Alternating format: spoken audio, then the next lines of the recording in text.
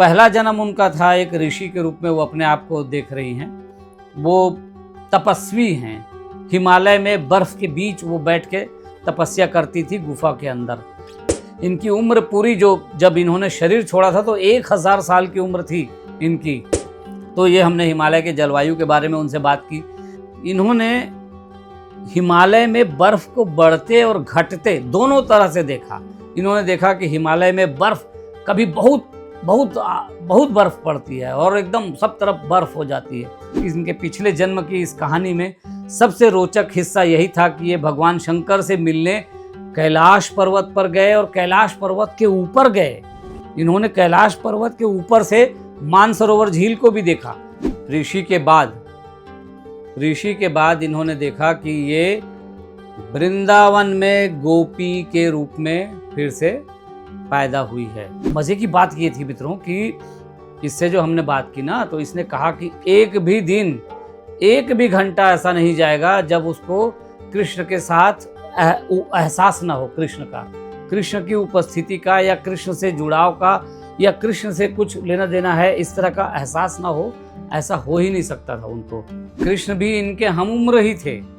ये लगभग 14-15 साल की थी, भगवान कृष्ण 10-11 साल के थे, थोड़े छोटे थे। इन्होंने देखा, इन्होंने इस बात की पुष्टि की कि जितनी गोपियां होती थी वहाँ पर, जो शाम के समय जब इकट्ठा होते थे सारे लोग और भगवान के साथ जब वो बात करना चाहती थी, तो ये इनका कहना था कि ये हर गोपी अपने आप को महसूस करती थी कि कृष्णा उनके साथ हैं। कृष्ण के गोवर्धन पर्वत उठाने का दृश्य इस लड़की ने अपने पिछले जीवन में साफ साफ देखा है गोपी के रूप में।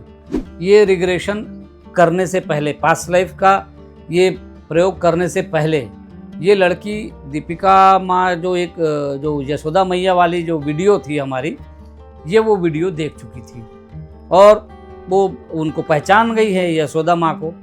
तो हमने फिर उससे क्रॉस चेक किया कि आप कह रहे हैं कि आप यशोदा मैया के घर गए हो, यशोदा मैया हैं, भगवान कृष्ण जी वहाँ पर हैं, उनके माता पिता हैं, उनके पड़ोसी हैं, सब देख रहे हो आप।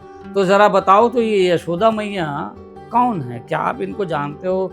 क्या वर्तमान जीवन में ये कोई भी व्यक्ति ऐसा है जो आपको ऐसा लगता हो कि इसकी एनर्जी थोड़ी इस माता जी से मिल रही है? इन्होंने कहा कि ये जो यशोदा मैया,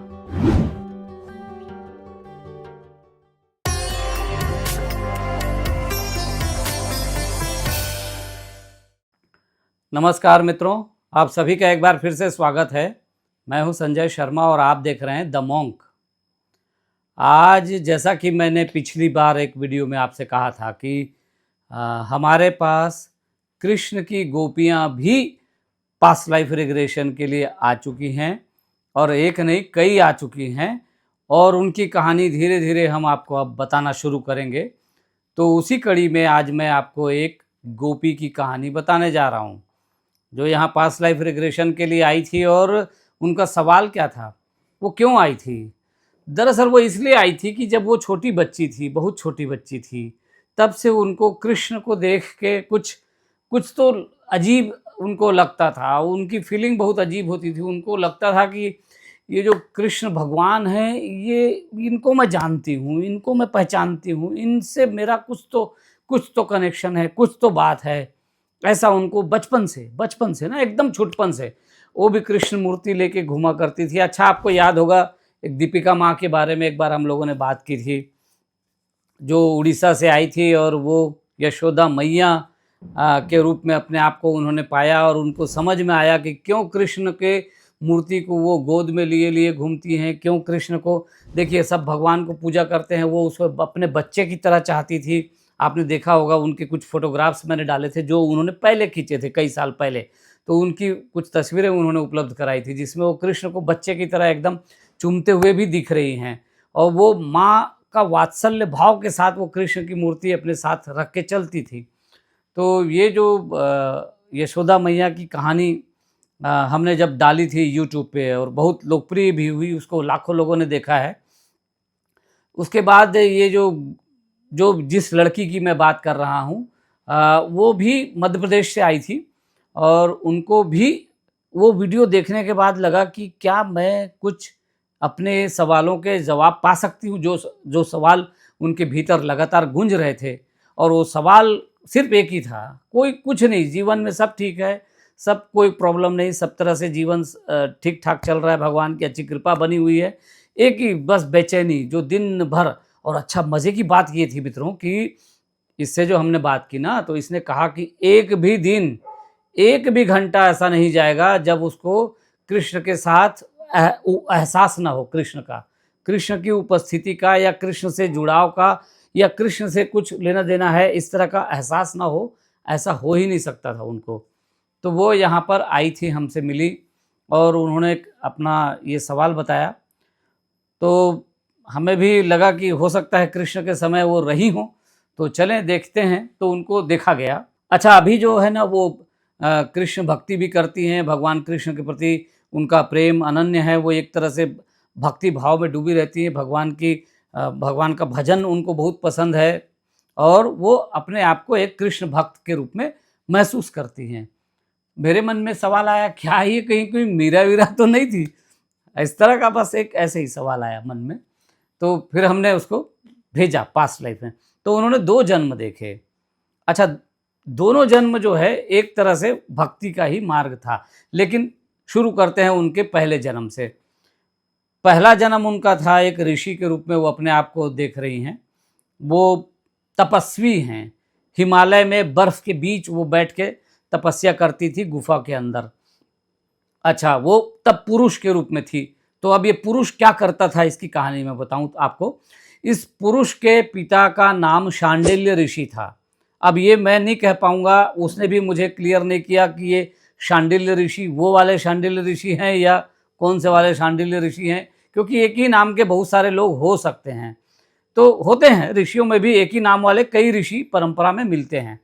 तो वो शांडिल्य ऋषि थे, जो नीचे मैदान में आश्रम उनका था, वहाँ वो यज्ञ वगैरह खूब यज्ञ हवन वो किया करते थे।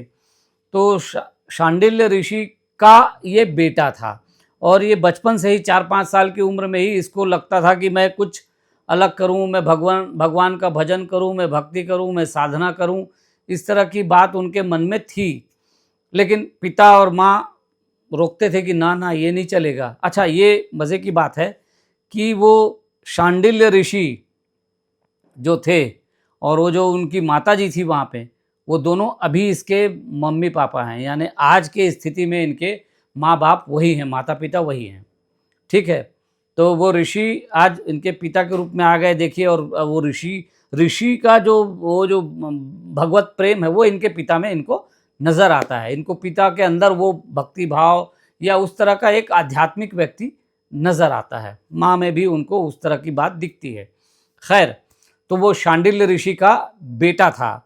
वो बेटा किसी तरह जाना चाहता था, अपने घर को छोड़ना चाहता था। उसकी रुचि सन्यास में थी। वो चाहता था कि वो सन्यासी बन के जीवन यापन करे और दूर पहाड़ों पे चला जाए। लेकिन घर के बाकी सदस्य ऐसे किसी भी चीज़ में उसे सपोर्ट करने को तैयार नहीं थे।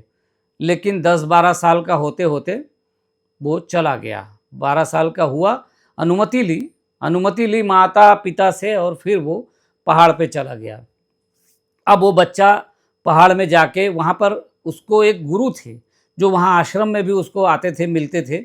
एक गुरु उनको, जिसको वो गुरु बाबा कहा करते थे, वो गुरु बाबा उनको मिला करते थे। अच्छा, ये गुरु बाबा कौन है? वो जो ऋषि पुत्र का जो गुरु वहाँ पर था, वो आज वृंदावन में हैं। वृंदावन में एक महाराज हैं, एक संत हैं, वो आज मौजूद हैं। और ये लड़की उनसे मिल चुकी है वृंदावन में। ये मज़े की बात है। ये पास्ट लाइफ रिग्रेशन करने से पहले मिली थी, और मिली थी तो उससे बहुत जुड़ाव था, वो संत के प्रति बड़ा प्यार था। वो संत भी जब इससे पहली बार मिले थे तो इसको अपनी बेटी की तरह संत ने उसको माने बिठाया, अपने पास बिठाया, वो प्रेम दिया, उतना प्रेम उसे दिया। और इसको लगा कि बाबा जी से मेरा कोई संबंध है, क्या पता ये बाबा जी को कुछ मेरे में दिखता होगा, इतना मेरे से प्रेम क्यों कर रहे हैं, क्यों मुझे इतना एकदम अपने बच्चे की तरह ध्यान कर रहे हैं, मेरा ख्याल रख रहे हैं। तो अब देखिए ये कैसे होता है भला। उस संत के पास हज़ारों लोग रोज़ जा रहे हैं, रोज़ हज़ारों लोगों के मुलाकात हो रही है, रोज़ हज़ारों लोगों से वो बात कर रहे हैं। लेकिन एक लड़की एक दिन आई, वो अचानक बैठी थी सामने और संत की नज़र पड़ी और उसको उसने तुरंत अपने इसमें ले लिया, अपने पास बुला लिया और वो फिर वो प्रेम जो बच्चे को देते हैं उस तरह का प्रेम भाव प्रकट किया और फिर उस बच्चे के प्रति लगातार वो उनके भीतर वो प्रेम रहा और उन्होंने उसे हमेशा आमंत्रित किया अपने पास। और ये बच्चे को भी, जो लड़की थी, ये जब भी उन महाराज से मिलती थी, उन संत महोदय से मिलती थी, तो इसको भी लगता था कि मैं इनकी शरण में ही रहूं, इनके मार्गदर्शन में चलूं, इनसे मार्गदर्शन लूं। अब बताइए, ये भाव आया, इसीलिए आया कि ये जो शांडिल्य ऋषि का बेटा था, ये बेटा जिसे अपना गुरु मानता था, गुरु महाराज, गुरु बाबा कहता था वहाँ पर, वो गुरु बाबा हिमालय में इसके लिए मार्गदर्शक थे, इसके गुरु थे और वो उन्हें तपस्या के लिए लेके गए थे। और उन्होंने वहाँ पर गुफा के अंदर, गुफा एक छोटी सी गुफा थी, 3-4 लोग बैठ सकते हैं ऐसा उसने बताया था। तो 3-4 लोगों के बैठने लायक गुफा के अंदर वो बैठते थे, वो ध्यान करना और कुछ मंत्रों का जाप करना, ये सब उन्होंने गुरुजी ने सिखाया। अच्छा, गुरुजी ने इनको सिखाया था भोलेनाथ की तपस्या के बारे में। भोलेनाथ की तपस्या की इन्होंने, और भोलेनाथ की तपस्या करने के बाद ये वो एक तरह से ओम का जो नाद है उसे सतत सुनने में सक्षम हो गए।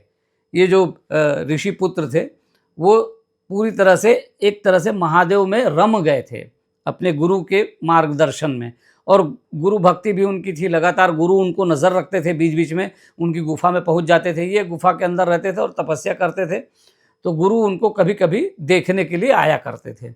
उपस्थिति गुरु की इनको हमेशा महसूस होती थी। कहाँ का है इलाका है, पूरा सा थोड़ा सा समझिए इसको।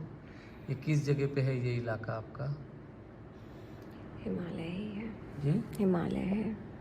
हिमालय है, बहुत ऊंचा है, बहुत चलना पड़ता है, बहुत चलना पड़ता है। अच्छा, ऊपर जाना पड़ता है आपको चलते हुए? वहीं जाना पड़ता है जी, वहीं जाना पड़ता है तपस्या करने। अच्छा अच्छा, आपको वहीं रहने का मन करता है? तपस्या करने का कहीं भी जाने का मन नहीं करता? नहीं।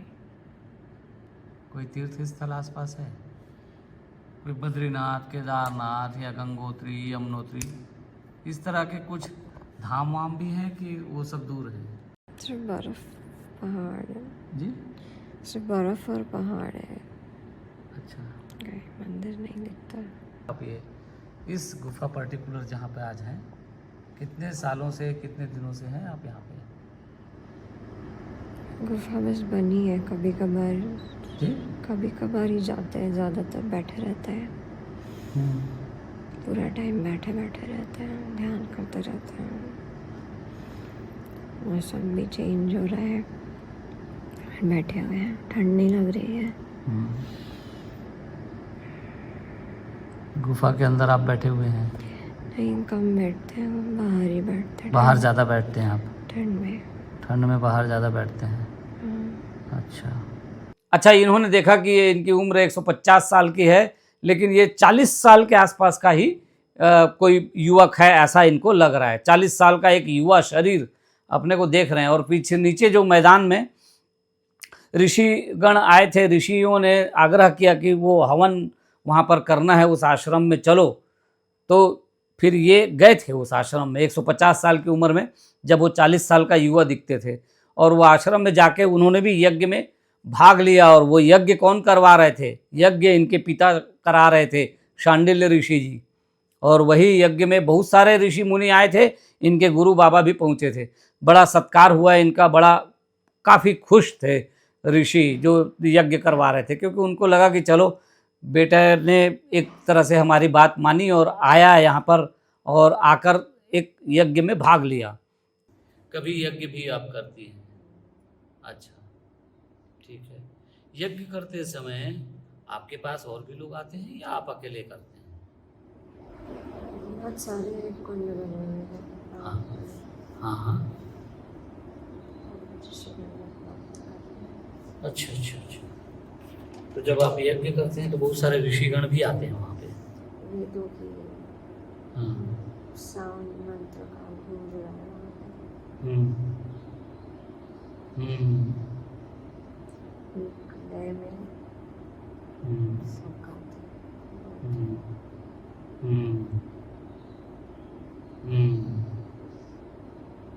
बहुत सारे ऋषि मिलके करते हैं।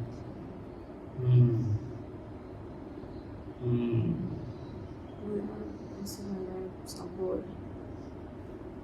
साउंड जा रहा है मंत्र का। वेद मंत्र गूंज रहे हैं वहाँ। अच्छा,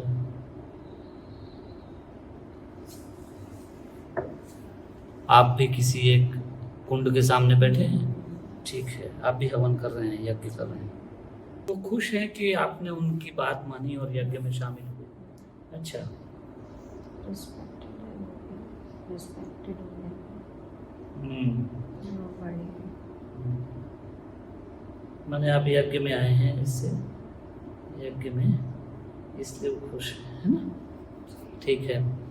फिर आग्रह किया गया उनसे कि तुम तपस्या करते हो, पहाड़ में क्या रखा है, यही तपस्या करो, आश्रम में रहो, भगवत भजन करो, भगवान का नाम लो, जो करना है करो, आश्रम के अंदर तपस्या करो। लेकिन उसने मना कर दिया, कहा कि नहीं, आपकी बात रख ली, आपकी बात रखने के लिए नीचे आ गया, एक बार भाग ले लिया, बस अब मुझे आज्ञा दीजिए, मैं तो वहीं जाऊँ। वापस हिमालय में चले गए। अच्छा, इन्होंने ना, इनकी उम्र पूरी, जो जब इन्होंने शरीर छोड़ा था तो 1000 साल की उम्र थी इनकी। इन्होंने बताया कि इनका उम्र जो है 1000 साल है, और उस 1000 साल में थोड़ा सा हिमालय के बारे में भी हमने पूछ लिया कि आप हिमालय में हो तो माहौल, क्लाइमेट, जलवायु किस तरह का रहा, उस तरह की बातें, क्योंकि ये करीब करीब 6000 साल पहले की बात ये देख रही थी ना, उससे भी शायद पहले की। इन्होंने हिमालय में बर्फ को बढ़ते और घटते दोनों तरह से देखा। इन्होंने देखा कि हिमालय में बर्फ कभी बहुत बहुत बहुत बर्फ पड़ती है और एकदम सब तरफ बर्फ हो जाती है और कुछ भी नज़र नहीं आता, सब कुछ ढका रहता है। कई बार ऐसे मौसम आते थे, कभी ऐसे मौसम भी आते थे कि बर्फ़ वगैरह नहीं है, पहाड़ खाली हो जाता था, बहुत कम बर्फ़ होती थी। तो जैसे बर्फ़ को लेके, अभी हिमालय को लेके बहुत चिंता जताई जाती है ना लोगों की तरफ से, खासकर पर्यावरणवादी चिंता करते हैं हिमालय की, और सबको लगता है कहीं हिमालय में कुछ प्रॉब्लम है क्या। लेकिन बर्फ़ की कमी और बर्फ़ का बढ़ना, ये दोनों इन्होंने देखा था अपने इस 1000 साल के जीवन में, इन्होंने कई बार ऐसा देखा था। तो ये इन्होंने कहा कि कभी बर्फ़ आती, कभी नहीं आती, इसलिए बहुत क्लाइमेट के बारे में उनको कुछ समझ में नहीं आया था। वो उनको लगा कि शायद ये हिमालय की प्रकृति है कि कभी बर्फ़ बढ़ा लेना, कभी घटा लेना। खैर, तो ये हमने हिमालय के जलवायु के बारे में उनसे बात की। उन्होंने तपस्या की, तपस्या करके, अच्छा, इसमें एक रोचक बात, बहुत ज़बरदस्त बात जो थी, सबसे अच्छी बात कह लें और एक ज़बरदस्त बात कह लें कि इन्होंने कैलाश पर्वत पे चढ़ाई की थी। कैलाश पर्वत के बारे में ये माना जाता है कि वहाँ कोई भी नहीं जा सकता, कोई भी नहीं पहुँच सकता, लेकिन ये ऋषि पुत्र, शांडिल्य ऋषि के पुत्र के रूप में इन्होंने अपने आप को देखा। इन्होंने कैलाश पर्वत के ऊपर चढ़ाई की थी, वो गए थे कैलाश पर्वत, और कैलाश पर्वत के ऊपर से जाके उन्होंने देखा, वहाँ पर भगवान शंकर से उनकी मुलाकात हुई है, माँ पार्वती से मुलाकात हुई है, इन्होंने भगवान गणेश जी को भी वहाँ पर देखा है। और इनका कहना था कि कैलाश के ऊपर जब वो भगवान शंकर के पास पहुँचे, एक, वो तो ऋषि पुत्र थे युवक के रूप में, या कहें कि उम्र तो अधिक थी, शरीर युवा था, तो भगवान शंकर ने उनका स्वागत किया था, प्रसन्नता व्यक्त की थी। भगवान शंकर खुशी खुशी मिले थे कि कैलाश पर्वत पे आया है आदमी, तो इसको नाराज़ नहीं हुए, वो बहुत प्रसन्न हुए, क्योंकि उनका एक भक्त यहाँ पर आया था और भगवान शंकर उसकी सहायता करने के लिए हर समय मौजूद रहते थे। और इन्हें ऐसा लगा कि कैलाश पे ये जो है सूक्ष्म शरीर से शायद यात्रा करते हों, यहाँ पर आश्रम में अपने गुफा में बैठे, और उसके बाद वो वहाँ कैलाश पर्वत पे ऊपर पहुँच गए। तो ये आकाश मार्ग से ये पहुँचना हुआ था, ऐसा कोई ट्रैकिंग करके चढ़ के ऐसा नहीं पहुँचे थे। कैलाश तरफ गए हैं आप कभी भी? हाँ, मिलने नहीं गए? मिलने जी, मिलने गए हैं। अच्छा, कितनी बार गए हैं आप उधर मिलने?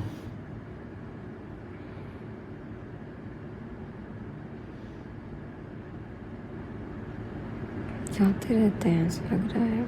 अच्छा, जाते रहते हैं, वेरी गुड। पिता जैसा प्रेम पिता की तरह मानते हैं आप उनको? मेरे को बच्चा मानते हैं जी। ना, बच्चे जैसा मानते हैं। अच्छा, आपको बच्चों की तरह रखते हैं वो? अच्छा, शिव जी को देख के आपको ऐसा भाव आता है जैसे वो पिता तुल्य है, और वो आपको बच्चे की तरह देखते हैं? अच्छा, कोई बातचीत होती है आप लोगों की या मन मन में होती है। मन में होती है? अच्छा, वो कैसे बैठते हैं ध्यान में, जरा देखिए, उनकी मुद्रा देखिए, कैसे बैठे रहते हैं। आँख खोलते हैं या बात आँख बंद करके ही बात हो जाती है? शायद बंद है आँख। आँख बंद है। देखिए कैलाश पर्वत और इसके आसपास कैसा दिखता है, सारा कुछ महसूस करें ठीक से और देखें। पैर बर्फ के अंदर घुसता जा रहा है। पैदल का रास्ता है? हाँ, पैर बर्फ के अंदर अंदर जा रही है। अच्छा, पैर बर्फ के अंदर धंस रहे हैं। अच्छा, तो आप कैलाश पर्वत पे चढ़ते हैं या उस पर्वत के नीचे से रह के बात करते हैं या संपर्क करते हैं? नहीं जाते हैं। ऊपर जाते हैं? अच्छा, ऊपर चढ़ जाते हैं। हाँ, मुश्किल। ठीक है, कुछ ऊपर से कुछ कैसा दिखता है? पहाड़ पहाड़ है बर्फ के। ठीक है, पहाड़ी पहाड़ है बर्फ के। जी। जी, कुछ बना है वहाँ पे कैलाश पर्वत के ऊपर?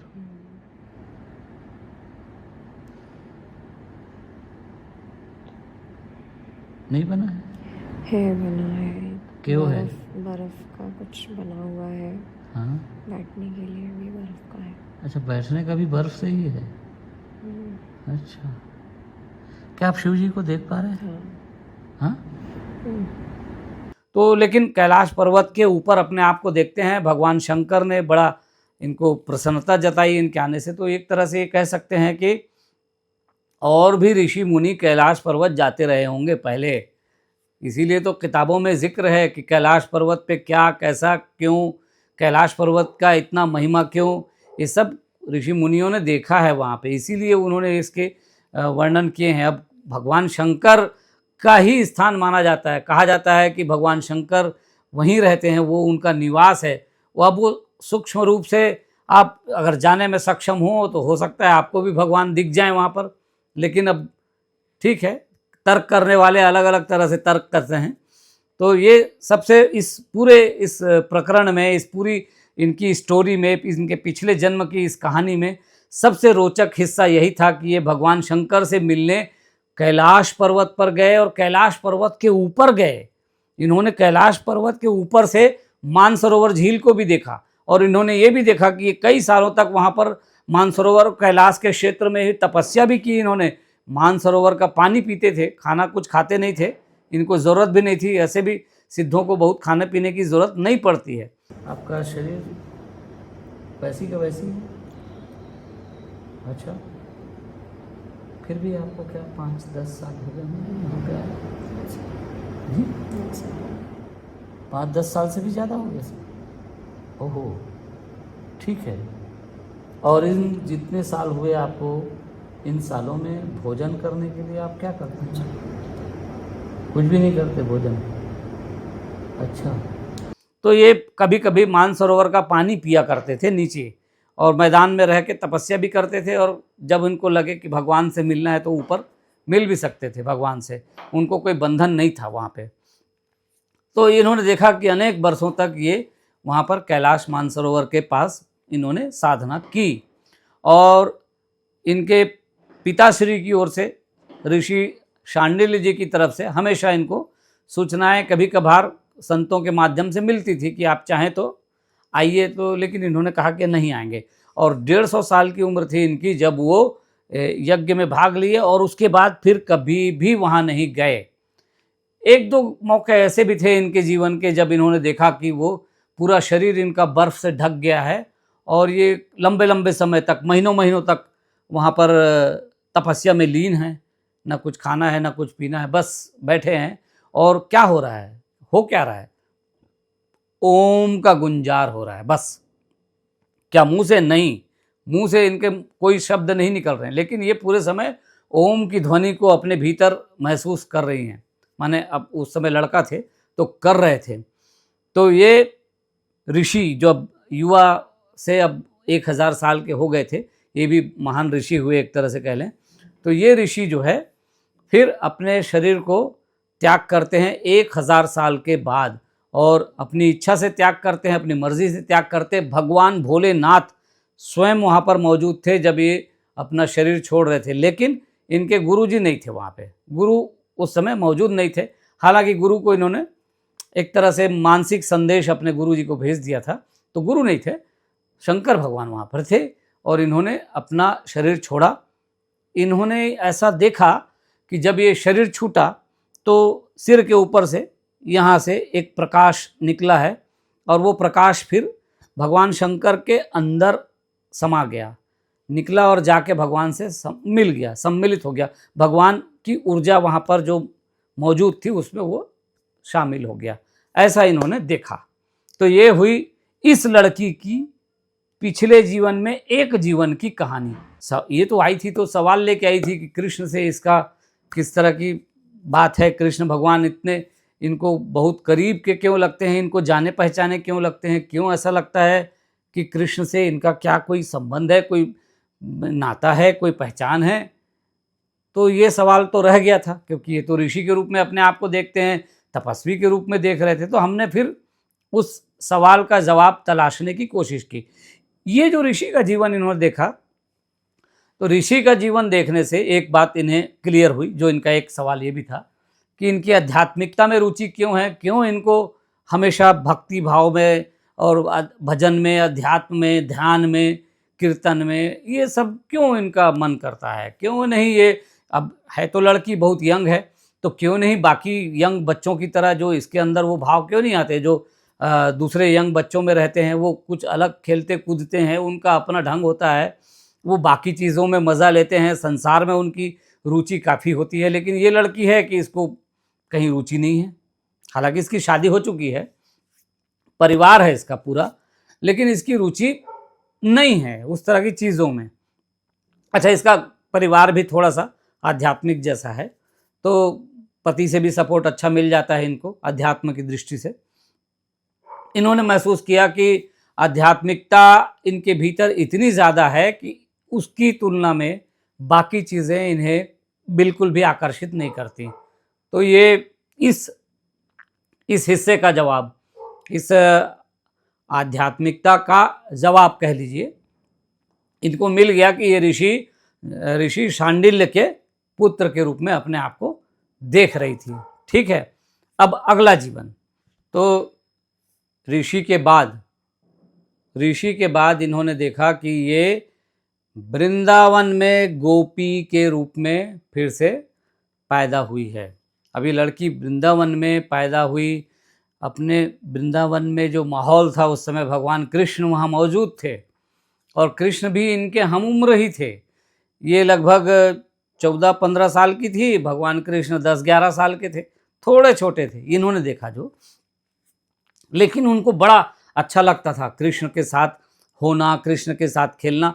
अच्छा, इनका कहना था कि जितनी भी वृंदावन की लड़कियां थीं, लड़के भी, लड़कियां ही क्या, लड़के भी कोशिश करते थे कि कृष्ण के को अपने ग्रुप में शामिल करें। अच्छा, गांव था तो गांव में सारे बच्चे एक साथ खेलते हैं, ऐसा नहीं होता कि कुछ बच्चे उधर कुछ बच्चे इधर, आमतौर पे सारे बच्चे एक साथ खेलते हैं। तो सारे बच्चे कोशिश करते थे कि कृष्णा भी वहाँ पर खेल कूद में शामिल हों, और इनको अच्छा लगता था। ये गोपी के रूप में अपने आप को देखती है और ये पाती है कि कृष्णा के साथ होने से इसको बहुत अच्छा लगता था। कृष्ण जब भी इसके आसपास हों तो ये कोशिश करती थी कि उसके साथ ही ज़्यादातर समय बिताए, ज़्यादा से ज़्यादा उससे बात करे, ज़्यादा से ज़्यादा उसके साथ खेले। और फिर कुछ समय बाद ये कृष्णा के घर भी जाती थी ना, कृष्णा के घर जाती थी, उनकी माता उनके पिताजी से मिलती थी। अच्छा, यहाँ पर मित्रों एक चीज़ और है, बहुत सारे लोग हम जब इस तरह के कुछ पौराणिक पात्रों के ऊपर कभी कभी पास्ट लाइफ रिग्रेशन के दौरान ऐसे लोग आते हैं जो वो अपने आप को पौराणिक पात्र के रूप में देखते हैं, तो उनका ज़्यादातर लोग अब बहुत ऊंचे ऊंचे लोगों के बारे में बात करते हैं कि काफ़ी हाइट है, काफ़ी ऊंचे लोग हैं, वो लोग उस ज़माने में ऊंचे लोग होते थे। तो वो इससे भी हमने क्रॉस चेक किया कि अच्छा लंबाई चौड़ाई क्या हाल है लोगों का, ज़रा चेक करो और बताओ। तो इन्होंने भी बताया कि बहुत लंबे लंबे लोग वहाँ पर हैं। ये खुद भी अच्छी लंबी थी, कृष्णा भी लंबे थे, और ये कह रही हैं कि कृष्णा के माता पिता भी अच्छे लंबे हैं। हाव भाव देखिए ध्यान से, कैसा मुस्कुराता है, कैसा बोलता है, कैसा दिखता है, लंबा चौड़ा कैसा है। अभी इस समय आपके बराबर हाइट है, आपसे ज़्यादा हाइट है, मोटा है जी, मेरे से ज़्यादा है। हाँ जी, आप ही के समान है? मेरे से ज़्यादा है। आपसे ज़्यादा है, अच्छा। हाइट आपसे ज़्यादा है, मोटा है, पतला है, नॉर्मल है? नॉर्मल है। नॉर्मल है। शरीर गोरा है, ब्लैक है, नीला है, कैसा दिखता है हल्का हल्का नीला। जी? हल्का हल्का नीला। कालिया है? नहीं, इतना काला नहीं है। उतना काला नहीं है, सांवला है। हम्म। एक और चीज़, इस लड़की ने ये रिग्रेशन करने से पहले, पास्ट लाइफ का ये प्रयोग करने से पहले, ये लड़की दीपिका माँ जो एक जो यशोदा मैया वाली जो वीडियो थी हमारी, ये वो वीडियो देख चुकी थी और वो उनको पहचान गई है यशोदा माँ को। तो हमने फिर उससे क्रॉस चेक किया कि आप कह रहे हैं कि आप यशोदा मैया के घर गए हो, यशोदा मैया हैं, भगवान कृष्ण जी वहाँ पर हैं, उनके माता पिता हैं, उनके पड़ोसी हैं, सब देख रहे हो आप। तो ज़रा बताओ तो ये यशोदा मैया कौन है? क्या आप इनको जानते हो? क्या वर्तमान जीवन में ये कोई भी व्यक्ति ऐसा है जो आपको ऐसा लगता हो कि इसकी एनर्जी थोड़ी इस माता जी से मिल रही है? इन्होंने कहा कि ये जो यशोदा मैया, जो जिनका वीडियो हमने बनाया था, जिनका पास्ट लाइफ रिग्रेशन हमने किया था, इन्होंने पुष्टि की कि यशोदा मैया की एनर्जी वही महिला से मिलती है जो वहाँ पर माता यशोदा जो कृष्ण भगवान के साथ दिख रही थी, वो माता यशोदा की एनर्जी उस महिला से मिल रही है जिसे हमने इस बार यशोदा मैया के रूप में पाया था, जिनका पास्ट लाइफ रिग्रेशन में उन्होंने अपने आप को यशोदा मैया के रूप में देखा था। तो कह सकते हैं, कहना हो तो कह लीजिए कि एक पुष्टि तो हो गई, एक गवाह तो मिल गया जो माता को पहचानता है कि वहाँ पर भी वही है और यहाँ पर भी वही है। ठीक है, अब बहुत सारे लोग तर्क करते हैं कि जो भगवान के साथ थे वो कैसे जन्म ले सकते हैं, जो वहाँ पर ऐसे थे वैसे थे, साधना किए थे। भैया सब जन्म लेते हैं, शास्त्र को पढ़ लिया करो, हर चीज़ मिल जाएगा, सारे सवालों के जवाब शास्त्रों में छिपे हैं, सब मिलेगा। बड़े बड़े ऋषि मुनि संत महात्मा सब बार बार धरती पे आए हैं, एक बार नहीं 50 बार आए हैं, भगवान खुद आते हैं। ठीक है, तो अब इस तर्क को छोड़ते हैं, कहानी पे आगे बढ़ते हैं। मैया यशोदा को इन्होंने देखा, माता के घर ये जाया करती थी। इनकी शादी फिर एक वहाँ पर एक, इनका कहना था कि थोड़े अच्छे मजबूत संपन्न परिवार में इनकी शादी हुई, जो आज जिसको हम लोग जमींदार कहते हैं उस तरह का एक प्रभावशाली परिवार था इनका वहाँ पर। और ये जो है इनका अपने आभूषणों को जो देखती है, वो आभूषण आजकल के ही आभूषण जैसे थे, जैसे वो पायल पहनती थी, बिछिया पैरों में पहनती थी। इन्होंने एक माहुर शब्द प्रयोग किया था कि माहुर लगा रखा है, यानी कि वो पैरों में जो आलता लगाती हैं महिलाएं, अपने पैर में एड़ियों के चारों तरफ जो लाल रंग लगाती हैं, आलता जिसको कहते हैं, और भी कुछ कहते होंगे तो पता नहीं, तो माहुर या आलता वो लगाती थी। तो ये सब चीज़ें आज भी महिलाएं करती हैं, ये वो करती थी। और परिवार एक बड़ा संपन्न मिल गया इनको, माता पिता ने इनका ब्याह कर दिया वहाँ पर। अब उस परिवार में सास थोड़ी ये कहना चाहिए कि अब बहू छोटी थी ना, कम उम्र की लड़की थी, तो सास जो है इनको थोड़ा सा अपने हिसाब से चला लेती थी। माने इन्होंने महसूस किया कि सास का शासन बहुत तगड़ा है इनको बहुत अच्छे से कंट्रोल करके वो रखती थी, ज़्यादा घूमने फिरने की आज़ादी नहीं थी इनको। सास मना करती है जी, सास नहीं जाने देती। क्यों?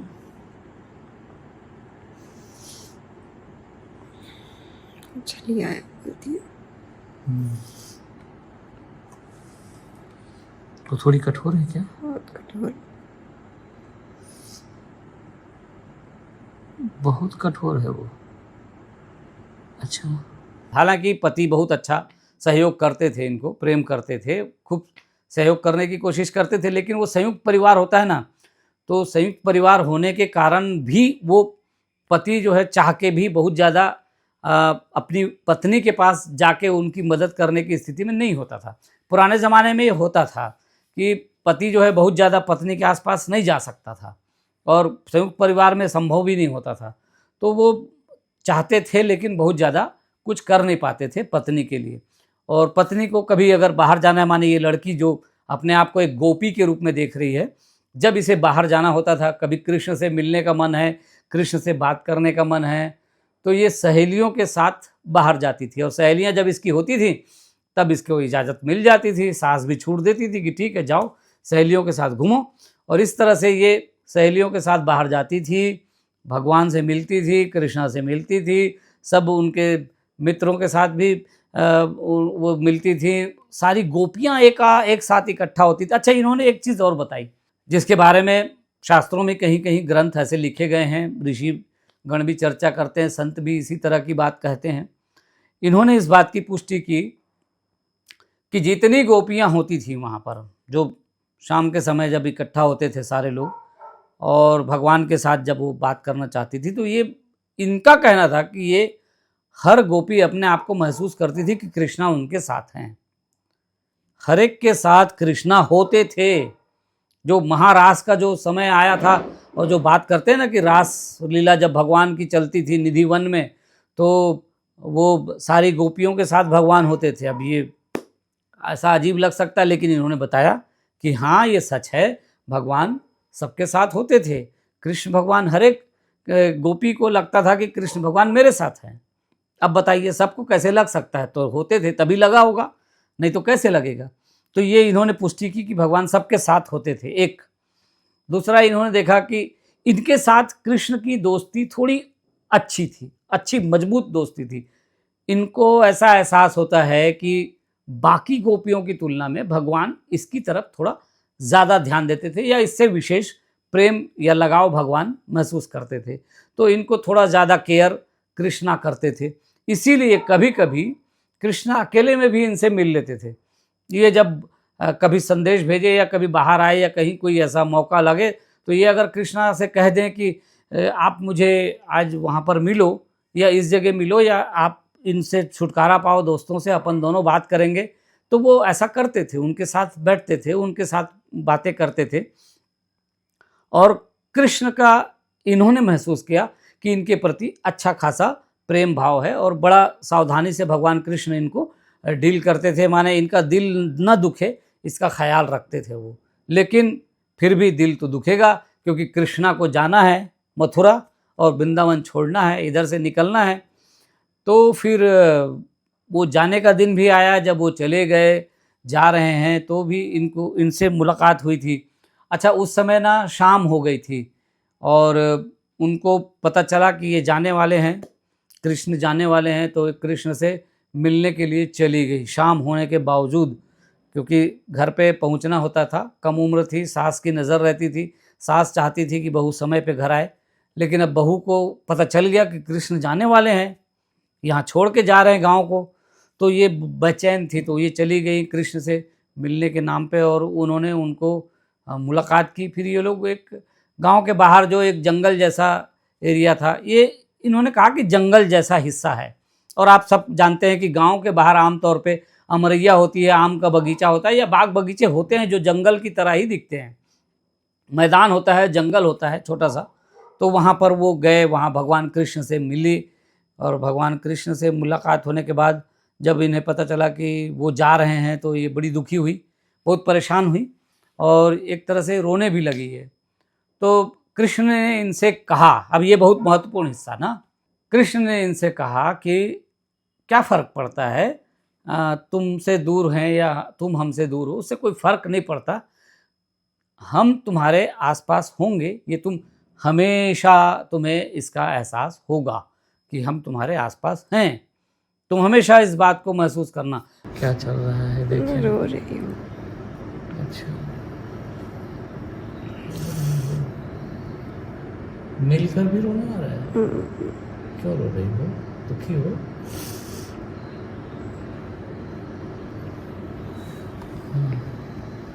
मिलने की खुशी में रोना आ रहा है क्या?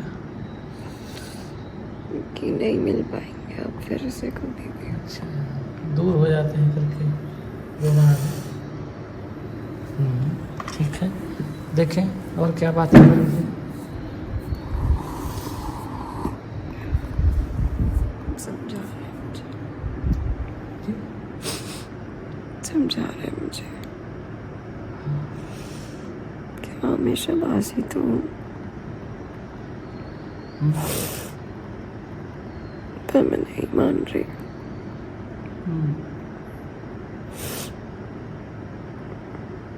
ऐसा ऐसा स्थिति है, क्या करें? ऐसा कुछ समझा रहे हैं, मजबूरी है बता रहे हैं, क्या कह रहे हैं? दरअसल उनके कहने का ढंग क्या है, उसका भाव क्या है, सार क्या है? कि मैं हूँ तुम्हारे साथ में, हाँ,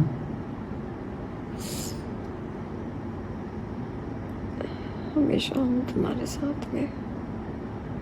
हाँ, अभी जो जिम्मेदारी है वहाँ पे जाना है तुमको, अच्छा फिर हम मिलेंगे बाद में।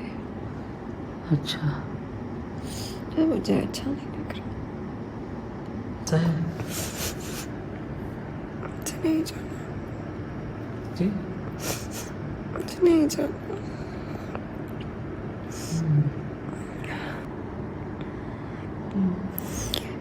बता, तुम बहुत स्ट्रॉन्ग हो, ऐसे रो मत।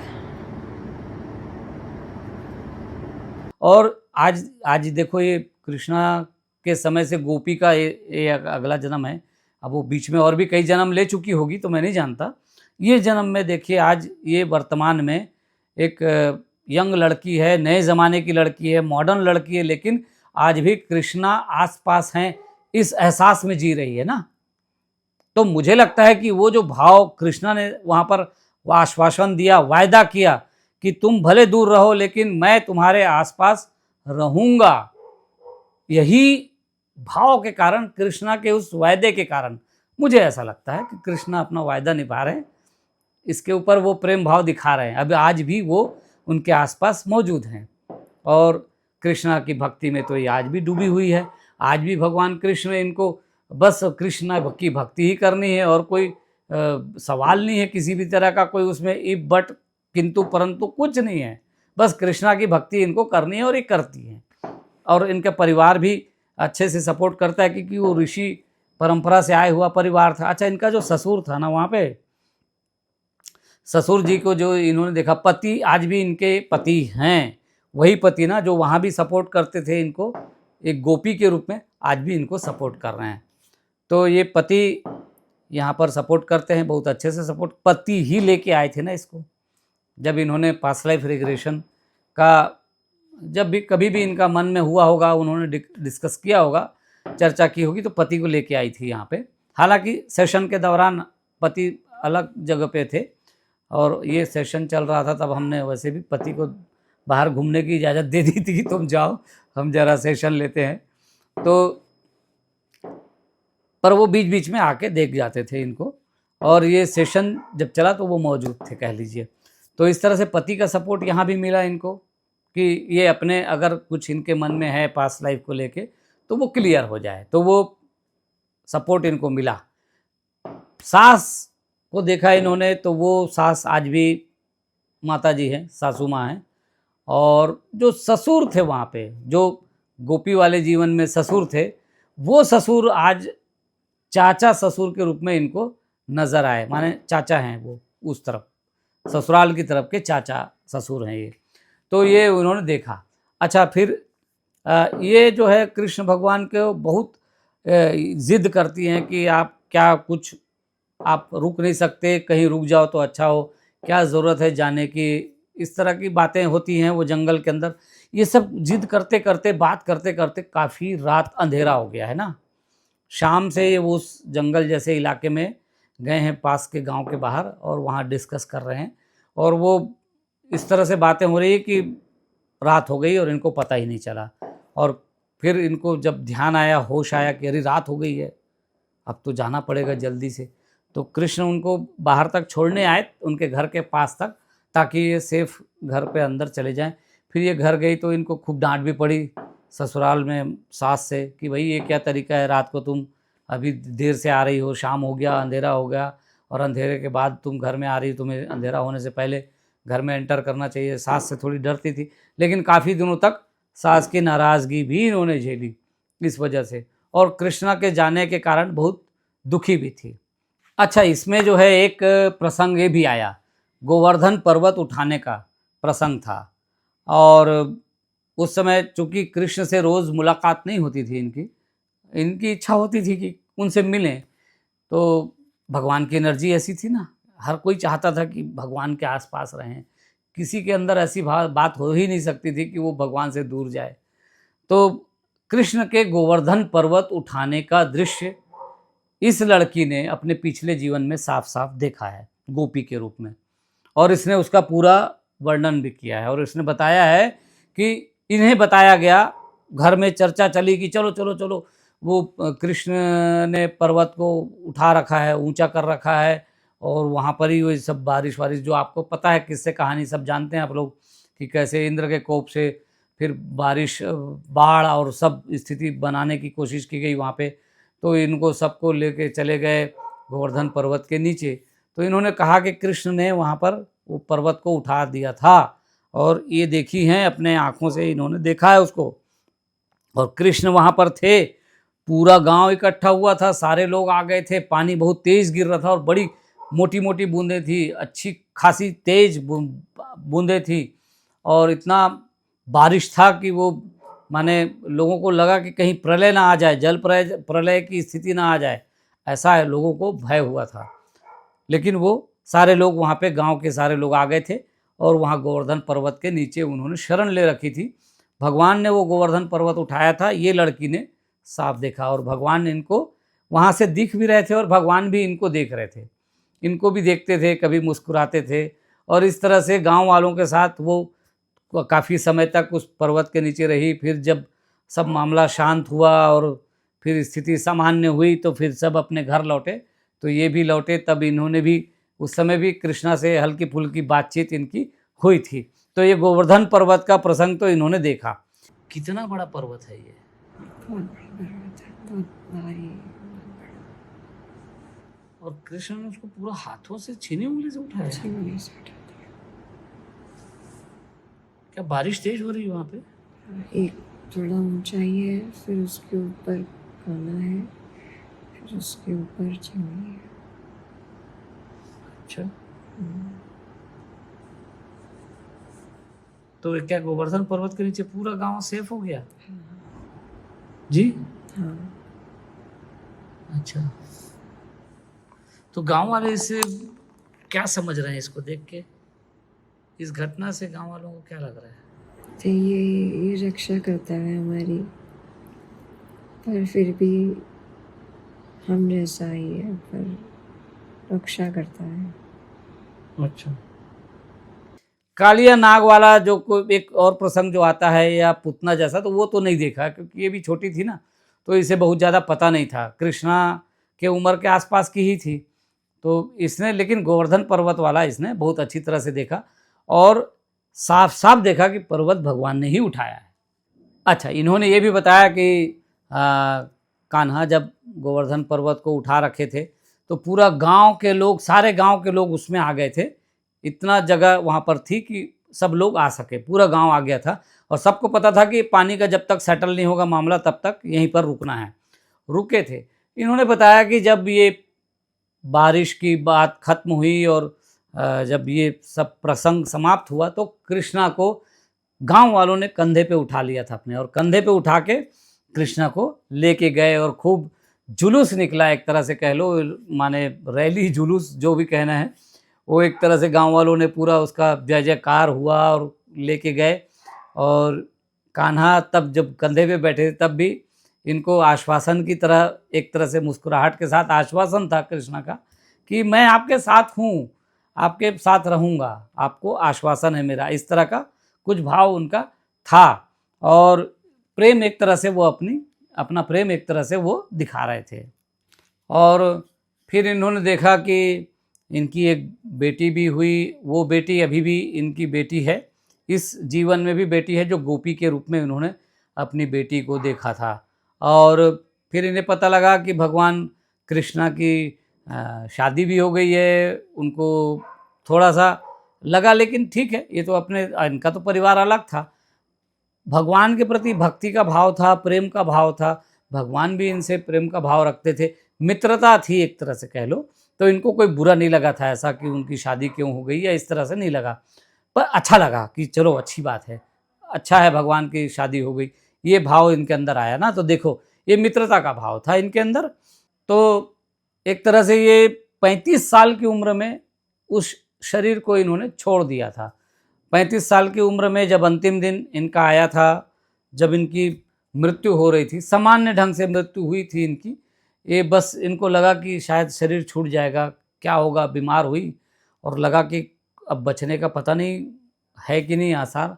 इन्होंने भगवान को याद किया, कृष्णा को याद किया, और फिर ऐसा इन्होंने महसूस किया, एक तरह से उनको एहसास हुआ। वो तो शरीर तो अब छूटने वाला था, आंखें एक तरह से बंद जैसी स्थिति थी, पर एहसास हुआ कि भगवान ने इनका हाथ थामा हुआ है।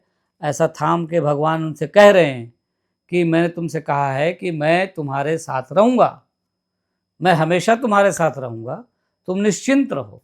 और इस तरह से ये इस लड़की का शरीर छूटा, और ये फिर अपने आप में महसूस करती है कि इसे संदेश है भगवान का कि भगवत भजन करते रहना है, भजन में कोई कमी नहीं आने देना है, भजन को लगातार करना है। और अगले जीवन में, किसी भी जीवन में जाओगे तो भगवत भजन तुम्हें याद रखना है, इसे भूलना नहीं है। और भजन तो अभी भी कर रही है भगवान का, अभी भी भगवान को याद करती है। तो इस तरह से हम कह लें कि ये लड़की का जीवन वहाँ पर छूटा।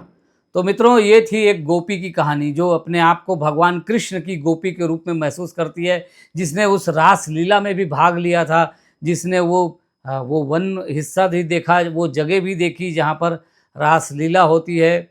इसने देखा था जमुना जी को, जमुना जी की रेत को। जमुना जी काफ़ी गहरी थी, ऐसा इनका कहना था। अभी पता नहीं कितनी गहरी है, क्या है, लेकिन उस समय तो बहुत गहरी भी थी। इन्होंने देखा और ये पुष्टि की कि जो आज यशोदा मैया के रूप में अपने आप को देख रही हैं माता जी, वही पिछली बार भी माता जी थी, भगवान कृष्ण की माता थी, यशोदा मैया थी। इन्होंने इसकी बात की पुष्टि की। इन्होंने गोवर्धन पर्वत देखा, इन्होंने ऋषि शांडिल्य के पुत्र के रूप में अपने आप को तपस्या करते देखा हिमालय में। तो एक तरह से इनके भीतर अध्यात्म का उदय वहीं से हो गया था कह लें, या ये कह लें कि आध्यात्मिक आत्मा थी तो वो साधना में रुचि रखती थी, इसीलिए बचपन से ही साधना करने चली गई थी वो आत्मा। तो इस तरह से एक लड़की का गोपी वाला जीवन हमने पास्ट लाइफ रिग्रेशन के दौरान देखा, और इनका सवाल यही था भगवान कृष्णा से इनका क्या रिश्ता है, क्या संबंध है, वो उनका जवाब मिल गया। मित्रों, ये एक गोपी की कहानी हुई, पर हमारे पास और भी लोग हैं जो भगवान कृष्ण के समय पैदा हुए थे, और जो भगवान कृष्ण के समय के उस पूरे दृश्य को देखते हैं। अब ये संयोग एक आदमी के साथ संयोग हो सकता है ना, बार बार आप नहीं कह सकते कि ये संयोग है। तो भगवान की कृपा है, हम ही पर कृपा है, पता नहीं क्या बात है कि भगवान के लोग अब हमारे पास आने लगे हैं। और जो पहली बार जो कहना चाहिए जिनका भगवान कृष्ण के समय का कोई पहला व्यक्ति हमें मिला था, तो एक लड़की थी, और ये करीब 8-9 साल पहले की बात है। 8-9 साल पहले वो लड़की को हमने पास्ट लाइफ में भेजा था, पीछे जीवन में। तो उन्होंने देखा था कि वो वहीं पर ही हैं, वृंदावन में हैं। भगवान कृष्ण अभी अभी चले गए हैं, शरीर छोड़ के गए हैं, ऐसा इन्होंने कहा कि थोड़े समय पहले ही भगवान गए हैं वहाँ पे। और फिर इन्होंने ना, उस लड़की ने जो अपने आप को पुरुष के रूप में देखती है, गोप के रूप में, हालांकि वो गोपी नहीं थी, वो गोप थी।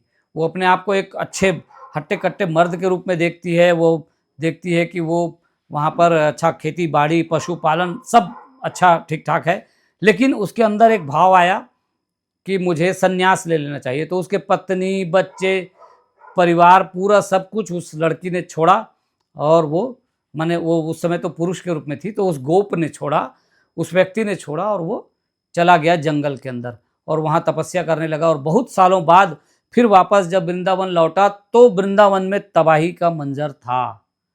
इसका कहना था कि वहाँ पे कुछ तो भूकंप जैसी कोई बात हुई थी, तो इनका घर वर सब टूट चुका था, गांव के बहुत सारे घर टूट गए थे। और उस लड़की ने कहा, जो उस समय अपने आप को गोप के रूप में देख रही है, कि वृंदावन में ऐसा लगता है कि कोई बहुत भूचाल आया है, कोई बहुत भूकंप की तरह कुछ बात हुई है, सारे घर टूट गए और इनका पूरा परिवार वहाँ पे मर चुका था, कोई कुछ नहीं मिला, नामो निशान नहीं मिला इनको अपने परिवार का, ऐसा इसने कहा। तब उस समय हमने बहुत ज़्यादा ध्यान नहीं दिया कि ठीक है, कोई एक आध आ गया है। और भगवान के समय, हालांकि भगवान को भेंट नहीं की थी ना इसने कहा था कि भगवान थोड़े दिन पहले गए हैं, जब ये वहाँ पर वृंदावन में पहुँचे, पैदा हुए, उसके ठीक पहले भगवान जा चुके थे। तो इनकी कोई मुलाकात नहीं थी, लेकिन वो पूरा माहौल कृष्णमय ही था उस समय। और वो हर तरफ कृष्ण की चर्चा, कृष्ण की बातें, कृष्ण का वो पूरा, वो एक तरह से लोग कृष्ण भक्ति में डूबे रहते थे, कृष्णमय वातावरण कह लो। तो उसको उन्होंने देखा था, बहुत अच्छे से महसूस किया था। और यही कारण था कि इनके भीतर वो आध्यात्मिकता का उदय इतना तगड़ा था, इतना मजबूत था कि पत्नी और बच्चे को छोड़ के इनको जंगल में जाने का मन हो गया, साधना करने का मन हो गया। ठीक है, तो हम अभी तो ये आपको थोड़ा सा हिस्सा बताया, उसका कोई रिकॉर्ड मेरे पास बहुत ज़्यादा नहीं है। एक फोटोग्राफ्स वगैरह हैं, जब उस लड़की का हमने सेशन किया था, ये वाला जो पहली वाली लड़की, जिस 8 साल पहले की बात कर रहा हूँ, 8 या 9 साल पहले की बात है, तब वो लड़की जो है पहला व्यक्ति कह लो या पहली लड़की कह लो जिसने कृष्ण के आसपास अपने आप को देखा था। उसके बाद और भी लोग आए, आपको पता है, मैया यशोदा आई, वो महाभारत के योद्धा आए थे, त्रिपाठी जी महाराज मध्य प्रदेश के हैं वो भी। फिर मध्य प्रदेश से ये लड़की भी आई है, बिहार से हमारे पास गोपियाँ आई हैं, कृष्ण भगवान की गोपी बिहार से भी आई है, राजस्थान से भी आई है। तो एक एक इक्का दुक्का मिल रही हैं। अच्छा, भगवान के सारे लोग अब धीरे धीरे इकट्ठा हो रहे हैं ना, ऐसा कहा जाता है, ऐसी चर्चा है, ऐसी संतों के बीच भी चर्चा होती है कि भगवान के लोग धीरे धीरे जमा हो रहे हैं। तो भगवान कुछ लोगों को हमारे तरफ भी भेजते हैं कि इनको बताओ भाई ये कौन थे, इनको एहसास कराओ। और वो जब अपने आप को महसूस करती हैं कि भगवान कृष्ण के कुछ तो उनका कुछ लेना देना है, बहुत करीब हैं क्या, उनको मन में बार बार क्यों भगवान को देखकर कुछ होता है, क्यों ऐसा लगता है कि भगवान या तो उनके परिवार के हैं या वो भगवान के परिवार में हैं, या भगवान से कोई दोस्ती थी, कोई रिश्ता था, ऐसा जिनको भी लगता है वो धीरे धीरे एक एक करके यहाँ आ रहे हैं। और वो तो कुछ लोग तो देख भी चुके, कुछ ऐसे भी लोग आए थे जो नहीं देखे, माने जिनको भगवान से कोई ऐसा सीधा उस समय कोई कनेक्शन नहीं दिखा। तो मित्रों, और भी लोग आएंगे, आपको और भी कहानियाँ मिलेंगी। और ऐसे लोगों से हमने अभी बातचीत तो नहीं की थी, डायरेक्ट बातचीत नहीं कर पाए थे किसी कारण से। ये जिस लड़की की बात मैं कर रहा हूँ मध्य प्रदेश से जो आई थी, और इनके पास समय बहुत कम था, जो रिकॉर्ड नहीं कर पाते कई बार हम लोग, तो उसका कारण यही होता है कि समय नहीं है उनके पास। सेशन ख़त्म हुआ और तुरंत भागो, फ्लाइट है या ट्रेन है जो भी है, तो तुरंत इनको जाना पड़ जाता है। तो ऐसी स्थिति में हम रिकॉर्ड नहीं कर पाते, लेकिन जिनके पास समय होता है उनसे हम लोग ज़रूर रिकॉर्ड करते हैं। और हम तो आग्रह भी करते हैं लोगों से कि आप ऐसे हड़बड़ी में मत आएँ, ज़रा एक दिन रुक तो जाएँ कम से कम, और उसके बाद जाएँ तो ज़्यादा अच्छा है करके। खैर, तो वो कहानियाँ भी गोपियों की आप आगे और सुनते रहेंगे, मिलती रहेगी वो कहानियाँ। तो तैयार रहिए गोपियों की कहानियाँ सुनने के लिए। और आपको भी कोई है हमारे दर्शकों में जिनको लगता है कि वो भी गोपी हैं, आइए प्लीज़, वेलकम। देखते हैं, भगवान ने चाहा तो आपको भेजेंगे ज़रूर। मित्रों, इस वीडियो को यहीं समाप्त करता हूँ। आपको बीच बीच में ऐसे और भी रोचक कहानियों के वीडियोस मिलते रहेंगे, गोपियों का भी बीच बीच में हम लाते रहेंगे, ठीक है।